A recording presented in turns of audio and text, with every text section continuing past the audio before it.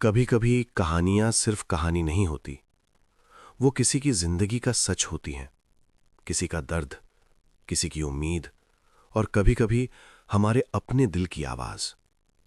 अगर आपको ऐसी कहानियां सुनना पसंद है जो दिल को छू जाए, तो इस छोटे से चैनल को सब्सक्राइब करके हमारा साथ जरूर दीजिए। आपका एक छोटा सा लाइक और एक छोटा सा सब्सक्राइब हमें आपसे जुड़े रहने का मौका देता है।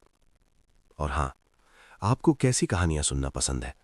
रहस्य, थ्रिलर, गांव की कहानियां या जिंदगी से जुड़ी सच्ची कहानियां? कमेंट में जरूर लिखिए।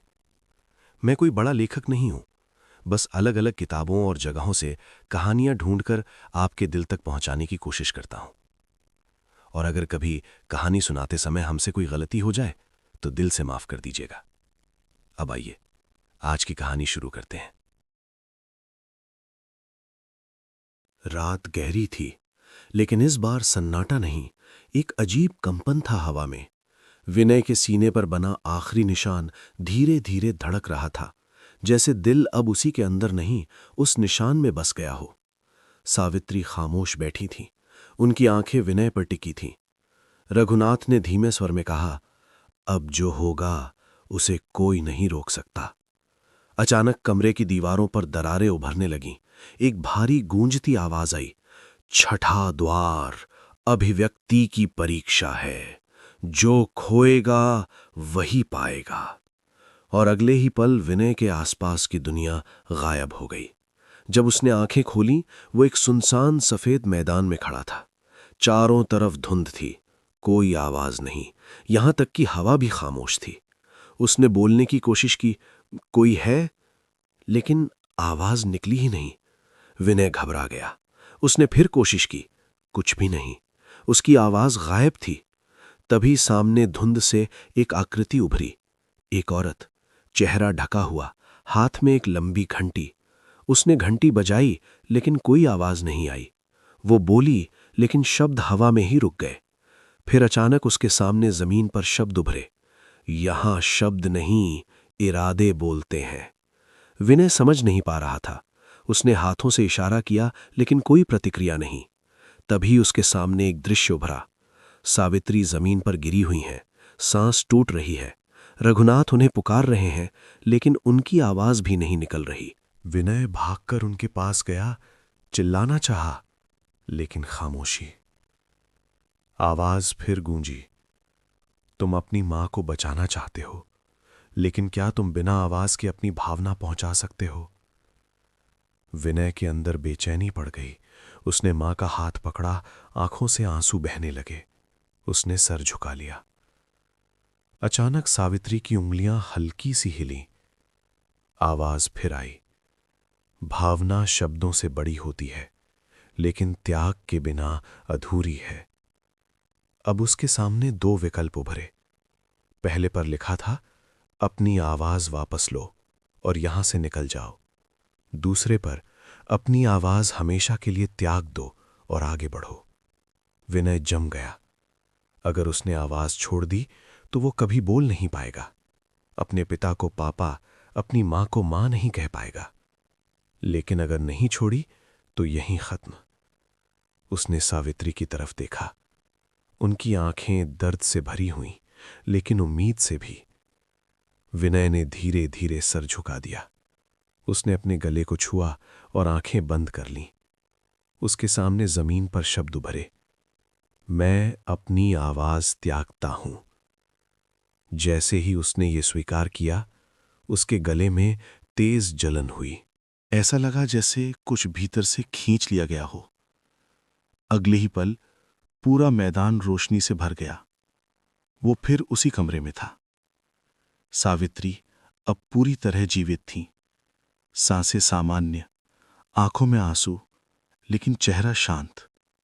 रघुनाथ खुशी से रो पड़े, नैना तो ठीक हो गई। फिर तुरंत विनय की तरफ देखा, बेटा बोल, कुछ तो बोल। विनय ने कोशिश की, लेकिन कोई आवाज नहीं। उसने सिर्फ अपने होंठ हिलाए। रघुनाथ समझ गए। उनके चेहरे से मुस्कान गायब हो गई। तू बोल नहीं सकता। सावित्री की आंखों से आंसू बहने लगे। ये छठे द्वार की कीमत है। कमरे में अचानक ठंडी हवा चली और वही बूढ़ी आवाज फिर गूंजी। 6 द्वार पूरे हुए, लेकिन अंतिम सत्य अभी बाकी है। विनय के सामने एक काला दरवाजा उभरा। उस पर लिखा था, अंतिम द्वार, तुम कौन हो? विनय उस दरवाजे को देखता रहा। अब उसके पास आवाज नहीं, यादें अधूरी, लेकिन इरादा जिंदा था। जैसे ही उसने दरवाजे को छूने के लिए हाथ बढ़ाया, अंदर से एक आवाज आई, अगर तुमने ये द्वार खोला तो जो बचेगा वो तुम नहीं रहोगे। विनय ठिठक गया और पहली बार उसे खुद से डर लगा। दरवाजा सामने खड़ा था, काला, भारी, जैसे अंधेरे का खुद का शरीर हो। विनय के हाथ हवा में ही ठिठक गए। उसके कानों में वही आवाज गूंज रही थी, अगर तुमने ये द्वार खोला तो जो बचेगा वो तुम नहीं रहोगे। विनय अब बोल नहीं सकता था, लेकिन उसके अंदर का शोर पहले से भी ज्यादा तेज था। उसने पीछे मुड़कर देखा। सावित्री और रघुनाथ दोनों की आंखों में डर था, लेकिन भरोसा भी। विनय ने गहरी सांस ली और दरवाजे को छू लिया। जैसे ही उसकी उंगलियां उस दरवाजे से टकराईं, पूरा कमरा गायब हो गया। अब वो एक अजीब जगह पर था। न जमीन, न आसमान, बस चारों तरफ अनंत अंधेरा और बीच में एक हल्की सी रोशनी। उस रोशनी के अंदर एक और विनय खड़ा था, लेकिन ये दूसरा विनय अलग था। उसके चेहरे पर कोई भावना नहीं, आंखें ठंडी, जैसे उसमें इंसानियत बची ही ना हो। विनय ने पास जाने की कोशिश की। तभी वो दूसरा विनय मुस्कुराया और पहली बार आवाज आई, आखिर आ ही गया तू अपने असली रूप से मिलने। विनय चौंक गया। उसने खुद को छुआ, फिर सामने वाले को देखा। आवाज फिर आई, तू सोचता है कि तू एक गरीब लड़का है जो अपनी मां को बचाने निकला है, या तू वही है जो इन 7 द्वारों ने बनाया? विनय के अंदर बेचैनी बढ़ गई। अचानक उसके आसपास दृश्य बदलने लगे। पहला दृश्य, वो छोटा विनय जो बचपन में डर कर रोता था, जो हर मुश्किल से भागता था। दूसरा दृश्य, वो विनय जिसने झूठ के जाल को ठुकराया, जिसने लालच को हराया। तीसरा दृश्य, वो विनय जिसने अपनी आवाज तक त्याग दी। हर दृश्य के साथ उसका दिल तेज धड़कने लगा। सामने वाला विनय बोला, तू एक इंसान नहीं, तू इन सबका जोड़ है। डर, साहस, त्याग, लालच, सब कुछ तू ही है। विनय ने सिर झुका लिया। उसके सामने एक और विकल्प उभरा। पहला, अपने पुराने मैं को चुनो, वही बन जाओ जो पहले थे। दूसरा, अपने सारे रूपों को स्वीकार करो और खुद को मिटा दो। विनय के दिल में तूफान चल रहा था। अगर वो पहले वाला चुनता तो शायद सब कुछ आसान हो जाता, लेकिन फिर उसकी यात्रा, उसका संघर्ष, सब विकार। और अगर दूसरा चुनता तो वो विनय ही नहीं रहेगा। कुछ पल के लिए सब कुछ थम गया। फिर विनय ने धीरे धीरे ऊपर देखा। उसकी आंखों में अब डर नहीं था, सिर्फ शांति थी। उसने अपने सीने पर हाथ रखा और आंखें बंद कर लीं। उसके सामने शब्द उभरे, मैं अपने हर रूप को स्वीकार करता हूं।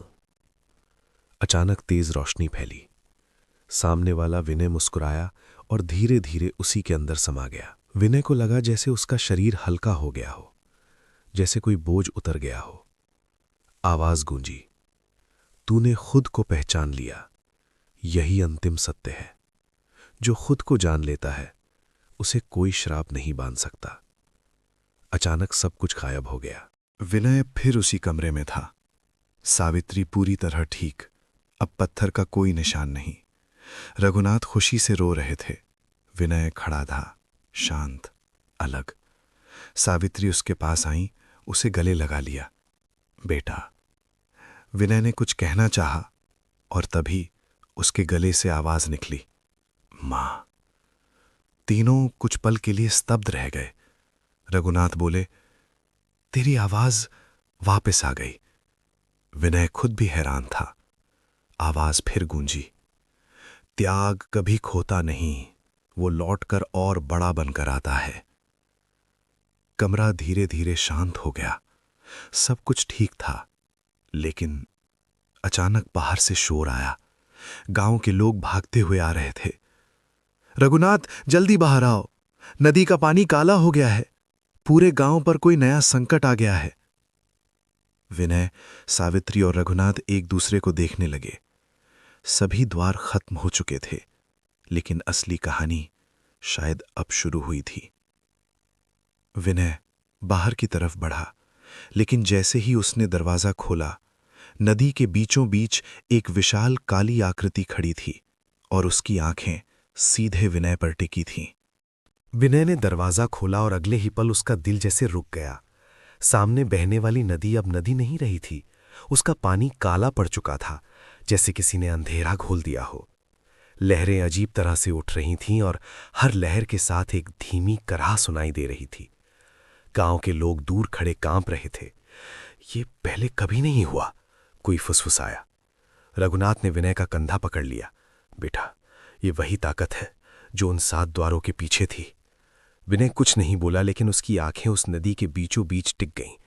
वहां सच में कुछ था। एक विशाल काली आकृति धीरे धीरे आकार ले रही थी। उसकी आंखें लाल थीं और वो सीधे विनय को देख रही थी। अचानक पानी जोर से उछला और वो आकृति पूरी तरह बाहर आ गई। उसका शरीर धुएं जैसा था, लेकिन हर हरकत में भारीपन था। उसने बिना होंठ हिलाए कहा, तुमने द्वार पार कर लिए, लेकिन मुझे नहीं। गांव के लोग चीख पड़े। सावित्री ने विनय का हाथ पकड़ लिया। ये क्या है? विनय ने धीमे से कहा, ये मेरे अंदर का बचा हुआ अंधेरा है। वो आकृति हंसी। अंधेरा कभी खत्म नहीं होता, बस छिप जाता है, और मैं उसी छिपे हुए हिस्से का रूप हूं। नदी का पानी अब किनारों तक फैलने लगा था। खेत डूबने लगे थे। पेड़ों की जड़ें काली होने लगी थीं। गांव का एक आदमी चिल्लाया, अगर ये ऐसे ही बढ़ता रहा तो पूरा गांव खत्म हो जाएगा। विनय आगे बढ़ा। उसके कदम मजबूत थे, लेकिन अंदर एक हल्की सी घबराहट भी थी। उसने आवाज लगाई, तुम चाहते क्या हो? आकृति ने जवाब दिया, तुमने खुद को पहचान लिया, लेकिन अपने अंधेरे को अपनाया नहीं। तुमने उसे दबा दिया, इसलिए मैं जन्मा। विनय ने आंखें बंद की। उसे वो सारे पल याद आए, डर, गुस्सा, कमजोरी, जो उसने पीछे छोड़ दिए थे। अचानक उसके सामने फिर वही दृश्य उभरा। एक छोटा बच्चा जो अंधेरे में रो रहा था। वो बच्चा वही था, विनय का बचपन। आकृति ने कहा, तुमने इसे छोड़ दिया, इसे भुला दिया, लेकिन ये हिस्सा अभी भी जिंदा है। विनय का दिल भारी हो गया। उसने धीरे धीरे उस बच्चे की तरफ कदम बढ़ाए। गांव वाले दूर से ये सब देख रहे थे, लेकिन उन्हें कुछ समझ नहीं आ रहा था। सावित्री की आंखों से आंसू बह रहे थे। विनय, वापस आ जाओ। लेकिन इस बार विनय नहीं रुका। वो बच्चे के सामने जाकर घुटनों के बल बैठ गया। बच्चा कांप रहा था। उसकी आंखों में डर था। विनय ने हाथ आगे बढ़ाया, लेकिन इस बार डर कर पीछे नहीं हटा। उसने धीरे से उसे गले लगा लिया। उसी पल चारों तरफ रोशनी फैल गई। काली आकृति जोर से चीखी, नहीं, ये संभव नहीं। उसका शरीर टूटने लगा, जैसे धुआं हवा में बिखर रहा हो। विनय ने आंखें खोलीं। नदी का पानी धीरे धीरे साफ होने लगा था। गांव वाले हैरान थे। रघुनाथ ने गहरी सांस ली। ये खत्म हो गया? लेकिन विनय ने सिर हिलाया, नहीं, ये खत्म नहीं हुआ, बस शांत हुआ है। सावित्री उसके पास आई। मतलब? विनय ने नदी की तरफ देखते हुए कहा, अंधेरा कभी खत्म नहीं होता, हमें उसे अपने अंदर जगह देनी होती है, तभी वो हमें नुकसान नहीं पहुंचाता। तभी नदी के बीचों बीच एक छोटी सी चमक उभरी। वो धीरे धीरे किनारे की तरफ आई। विनय ने उसे उठाया। वो एक पुराना काला पत्थर था, जिस पर हल्की सी लाल चमक थी। जैसे ही उसने उसे छुआ, उसके दिमाग में एक आवाज गूंजी, ये अंत नहीं, शुरुआत है। विनय का चेहरा गंभीर हो गया। गांव के लोग धीरे धीरे सामान्य होने लगे, लेकिन डर अभी भी बाकी था। रघुनाथ ने पूछा, अब क्या होगा बेटा? विनय ने उस पत्थर को देखते हुए कहा, अब असली कहानी शुरू होगी। ये सिर्फ एक संकेत था। सावित्री ने घबराकर पूछा, किस चीज का संकेत? विनय ने धीरे से जवाब दिया, उस शक्ति का जो इन सब के पीछे है और जो अभी भी जाग रही है। तभी आसमान में बादल घिरने लगे, तेज हवा चली और अचानक दूर पहाड़ों की दिशा में एक चमक दिखी, जैसे कोई विशाल दरार खुल रही हो। गांव का एक बुजुर्ग कांपती आवाज में बोला, ये तो पुराने शाप की निशानी है। विनय ने उसकी तरफ देखा। कौन सा शाप?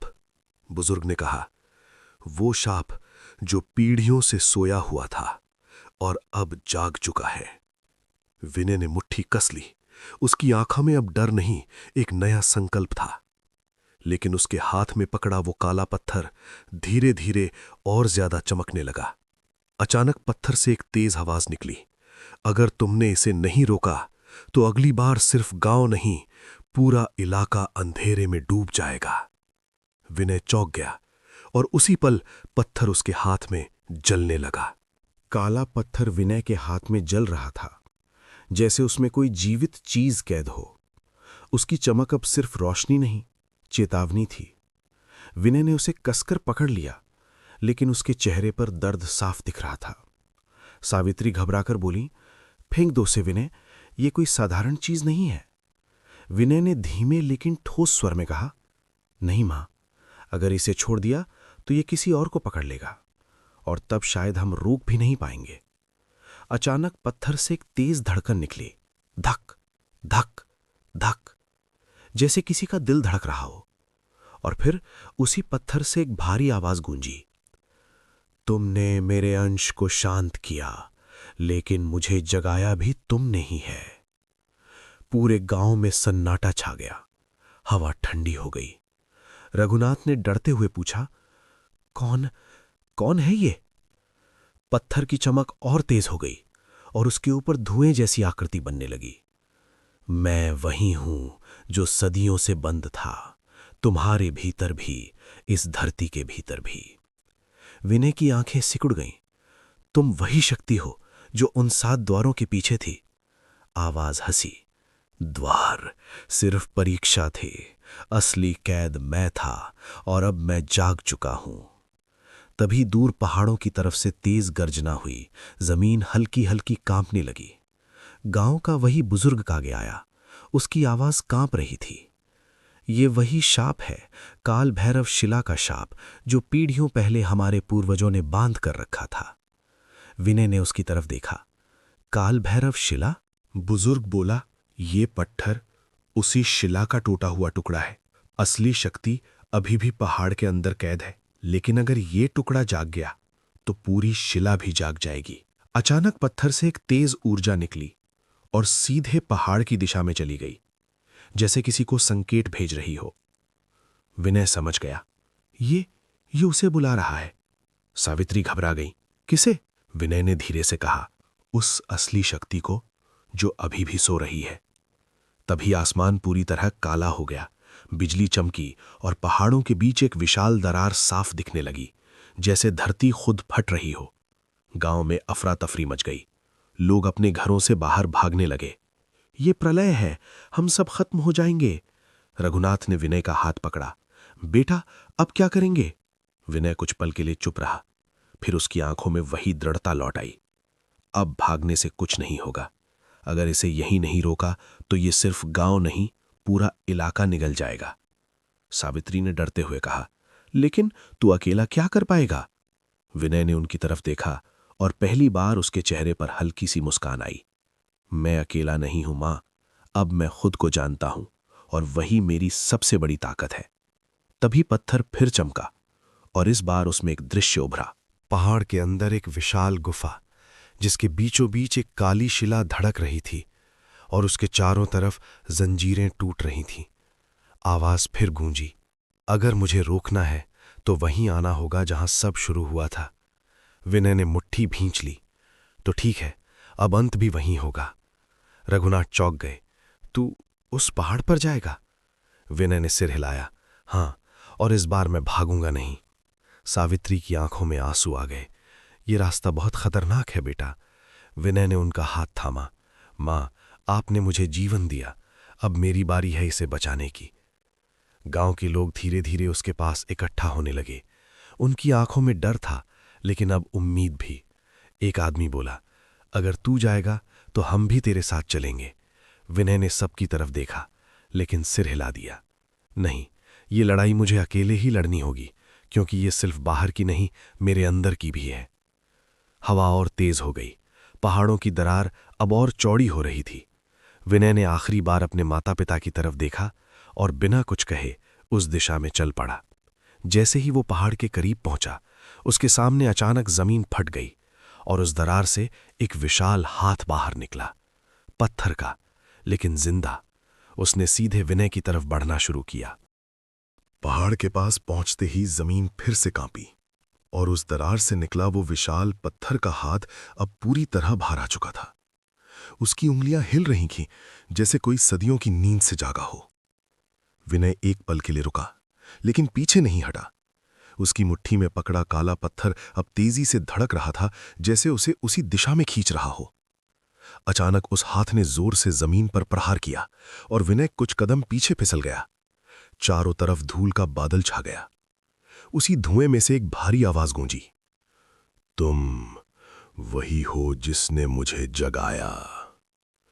धुआं धीरे धीरे छटा और अब वो सिर्फ हाथ नहीं रहा, बल्कि एक आधा बना हुआ विशाल शरीर था, पत्थर और अंधेरे से बना हुआ।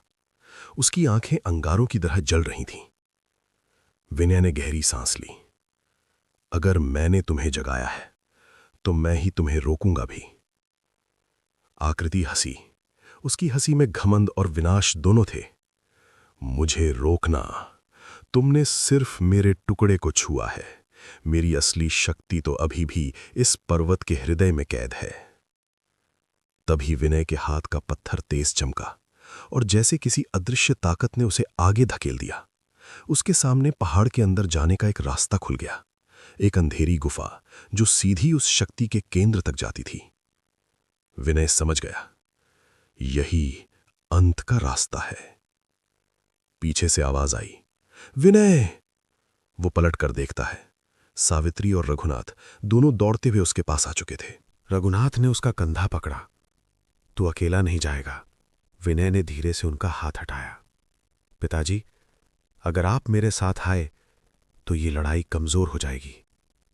सावित्री की आंखों में आंसू थे। हमने तुझे खोने के डर में जिया है, अब तुझे फिर से नहीं खो सकते। विनय ने उनकी आंखों में देखा और पहली बार उसके चेहरे पर एक अजीब सी शांति आई। आप मुझे खोएंगी नहीं मां, क्योंकि इस बार मैं डर कर नहीं, सच बनकर जा रहा हूं। कुछ पल के लिए तीनों के बीच खामोशी छा गई। फिर रघुनाथ ने धीरे से कहा, जा बेटा, लेकिन जीत कर ही लौटना। विनय ने सिर झुका दिया और बिना पीछे देखे उस गुफा के अंदर चला गया। गुफा के अंदर अंधेरा इतना गहरा था कि जैसे रोशनी का कोई अस्तित्व ही नहीं। हर कदम के साथ उसकी सांस भारी होती जा रही थी। दीवारों से अजीब फुसफुसाहटें आ रही थीं। तू नहीं जीत पाएगा, तू भी उसी अंधेरे का हिस्सा है। विनय ने आंखें बंद की और खुद को याद दिलाया, मैं डर नहीं, मैं उसका सामना हूं। अचानक गुफा के अंत में एक तेज लाल रोशनी दिखी। वो धीरे धीरे आगे बढ़ा और जो उसने देखा उससे उसकी सांस रुक गई। गुफा के बीचों बीच एक विशाल काली शिला धड़क रही थी, वही काल भैरव शिला। उसके चारों तरफ टूटी हुई जंजीरें पड़ी थीं, जैसे वो खुद ही अपनी कैद तोड़ रही हो। और उसके सामने वही आकृति अब पूरी तरह बन चुकी थी, पहले से भी ज्यादा विशाल, ज्यादा भयानक। उसने विनय को देखा और मुस्कुराई। आखिर तू आ ही गया अपने अंत के पास। विनय ने काला पत्थर आगे बढ़ाया। ये तुम्हारा हिस्सा है, इसे वापस ले लो और शांत हो जाओ। आकृति की आंखें और लाल हो गईं। मैं शांत होने के लिए नहीं, सब कुछ खत्म करने के लिए जागा हूं। अचानक पूरी गुफा कांपने लगी। शिला से ऊर्जा निकलकर उस आकृति में समाने लगी। विनय समझ गया, अगर यह पूरी तरह जाग गया तो इसे रोकना नामुमकिन होगा। उसके सामने अब आखिरी विकल्प था, या तो वो इस पत्थर को शिला में वापस जोड़ दे या इसे पूरी तरह नष्ट कर दे। लेकिन तभी उसके दिमाग में एक आवाज गूंजी, हर चीज को खत्म करना ही समाधान नहीं होता। विनय ठिठक गया। उसे अपनी पूरी यात्रा याद आई। कर्म, क्षमा, संतोष, सत्य, त्याग, पहचान। उसने धीरे धीरे सिर उठाया और उस विशाल आकृति की आंखों में देखा। तुम विनाश नहीं, तुम वो अंधेरा हो जिसे समझा नहीं गया। आकृति कुछ पल के लिए रुकी, जैसे पहली बार किसी ने उसे इस तरह देखा हो, लेकिन अगले ही पल वो गरजी, चुप, मुझे कोई नहीं समझ सकता, और उसने विनय पर हमला कर दिया। गुफा में जोरदार टक्कर हुई। विनय जमीन पर गिर पड़ा। उसके हाथ से पत्थर छूट गया। शिला अब पूरी ताकत से चमक रही थी। बस एक अंतिम क्षण बाकी था। विनय जमीन पर पड़ा था, आकृति उसके ऊपर खड़ी, और तभी पत्थर अपने आप हवा में उठने लगा और सीधे शिला की तरफ बढ़ने लगा। अगर वो उसमें जुड़ गया तो सब खत्म हो जाएगा। गुफा कांप रही थी। पत्थर हवा में तैर रहा था और सीधा उस विशाल काली शिला की तरफ बढ़ रहा था। विनय जमीन पर पड़ा था, सांसें भारी, शरीर जवाब दे रहा था, लेकिन उसकी आंखें अब भी जाग रही थीं। उसने पूरी ताकत से हाथ बढ़ाया। नहीं! पत्थर कुछ पल के लिए थम गया, जैसे उसकी आवाज अब भी असर कर रही हो। वो विशाल आकृति गरजी, रोक नहीं सकता तू इसे, ये उसका घर है और आज मैं पूरा हो जाऊंगा। विनय धीरे धीरे उठने की कोशिश करता है। उसका शरीर कांप रहा था, लेकिन इरादा नहीं। उसने खुद से कहा, मैंने हर द्वार पार किया, खुद को जाना, डर को अपनाया। अगर आज हार गया तो सब व्यर्थ। वो लड़खड़ाते हुए खड़ा हुआ और आखिरी बार उस पत्थर की तरफ दौड़ा। जैसे ही पत्थर शिला से कुछ इंच दूर था, विनय ने छलांग लगाई और उसे पकड़ लिया। तेज रोशनी फैली।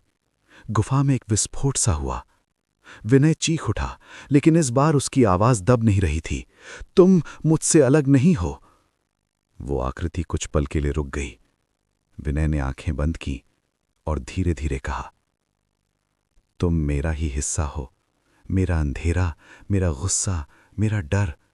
मैं तुम्हें खत्म नहीं करूंगा, मैं तुम्हें स्वीकार करता हूं। गुफा में अचानक सन्नाटा छा गया। वो विशाल आकृति, जो अब तक सिर्फ विनाश चाहती थी, पहली बार शांत हुई। उसकी आंखों की लाल आग धीरे धीरे बुझने लगी। स्वीकार? विनय ने सिर हिलाया। हां, क्योंकि अंधेरे से भागकर नहीं, उसे अपनाकर ही संतुलन बनता है। कुछ पल के लिए सब कुछ स्थिर हो गया। फिर वो आकृति धीरे धीरे टूटने लगी। पत्थर के टुकड़े हवा में घुलने लगे और फिर एक हल्की सी रोशनी में बदलकर सीधा विनय के अंदर समा गई। गुफा की काली शिला अब शांत थी। उसकी धड़कन रुक चुकी थी। सारी दरारें खुद ब खुद भरने लगीं। विनय घुटनों के बल गिर पड़ा। उसके चेहरे पर दर्द नहीं, एक अजीब सी शांति थी। कुछ देर बाद वो गुफा से बाहर आया। सूरज की रोशनी फैल चुकी थी। आसमान साफ, हवा हल्की। सावित्री और रघुनाथ दूर खड़े थे। जैसे ही उन्होंने विनय को देखा, वो दौड़ पड़े। विनय! सावित्री ने उसे कसकर गले लगा लिया। तू ठीक है ना बेटा? विनय मुस्कुराया। अब सब ठीक है मां। रघुनाथ की आंखों में आंसू थे। तूने कर दिखाया। गांव के लोग भी इकट्ठा हो गए। डर खत्म हो चुका था। हर चेहरे पर राहत थी। एक बुजुर्ग धीरे से बोला, आज सिर्फ एक लड़का नहीं, एक युग जीत गया। लेकिन जैसे ही सब कुछ शांत हुआ, विनय के हाथ में हल्की सी जलन हुई। उसने नीचे देखा। उसकी हथेली पर एक छोटा सा काला निशान बन चुका था, वहीं काले पत्थर जैसा। सावित्री ने घबराकर पूछा, ये क्या है? विनय कुछ पल चुप रहा, फिर हल्के से मुस्कुराया। ये याद दिलाने के लिए है कि अंधेरा कभी खत्म नहीं होता, बस अब वो मेरे नियंत्रण में है। रघुनाथ ने गंभीर होकर कहा, मतलब खतरा अभी भी है? विनय ने आसमान की तरफ देखा। खतरा नहीं, जिम्मेदारी है। रात हो चुकी थी। गांव में सब सो रहे थे। विनय अकेला बैठा था। उसकी हथेली का निशान हल्का हल्का चमक रहा था। अचानक उसी निशान से एक बहुत धीमी आवाज आई, तुमने मुझे हराया नहीं, तुमने मुझे जगा दी है, और जहां मैं हूं वहां कहानी कभी खत्म नहीं होती। विनय की आंखें खुल गईं, लेकिन इस बार वो डरा नहीं। उसने बस धीरे से कहा, मुझे पता है, कभी कभी जिंदगी की सबसे बड़ी लड़ाई बाहर नहीं, हमारे अंदर होती है और जीत उसी की होती है जो अपने अंधेरे से भागता नहीं, उसे समझता है। अगर इस कहानी ने आपके दिल को छुआ हो तो एक छोटा सा प्यार जरूर दीजिए। आपका एक लाइक, एक सब्सक्राइब हमें और भी ऐसी कहानियां लाने की ताकत देता है।